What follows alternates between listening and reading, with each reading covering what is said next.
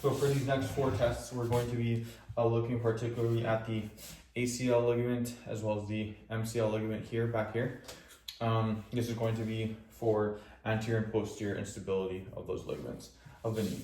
So first one we're going to do is the anterior drawer test. For this, I want to get a pillow and also make sure you ask permission from your patient to, if you can stabilize the foot by sitting on their foot. So I already did that with Jason. So I'm going to sit on the foot here. And then what I'm going to do, I'm going to take my hands, just bring them on the back of the calf region here. And then I'm just going to gently pull using my body weight or my muscles just to see that tibia moves excessively apart from that distal femur or the condyles of the femur.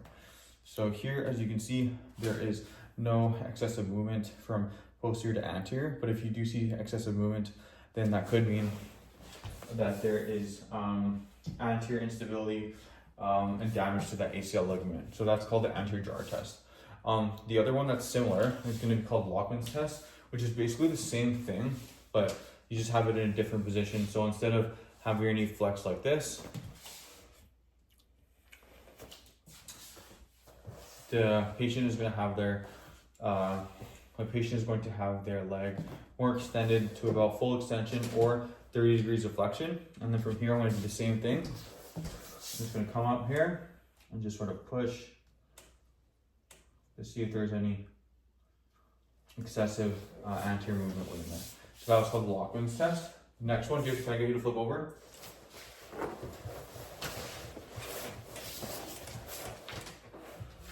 That was anterior drawer test and Lachman's test.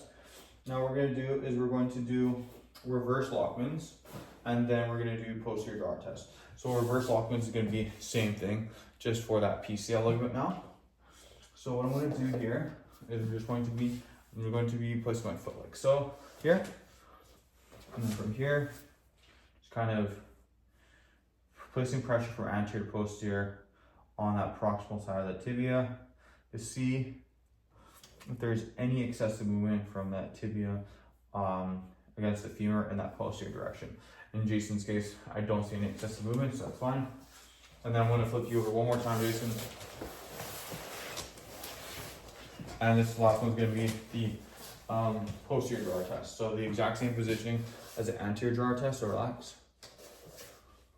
Perfect. I'm going to grab my pillow here.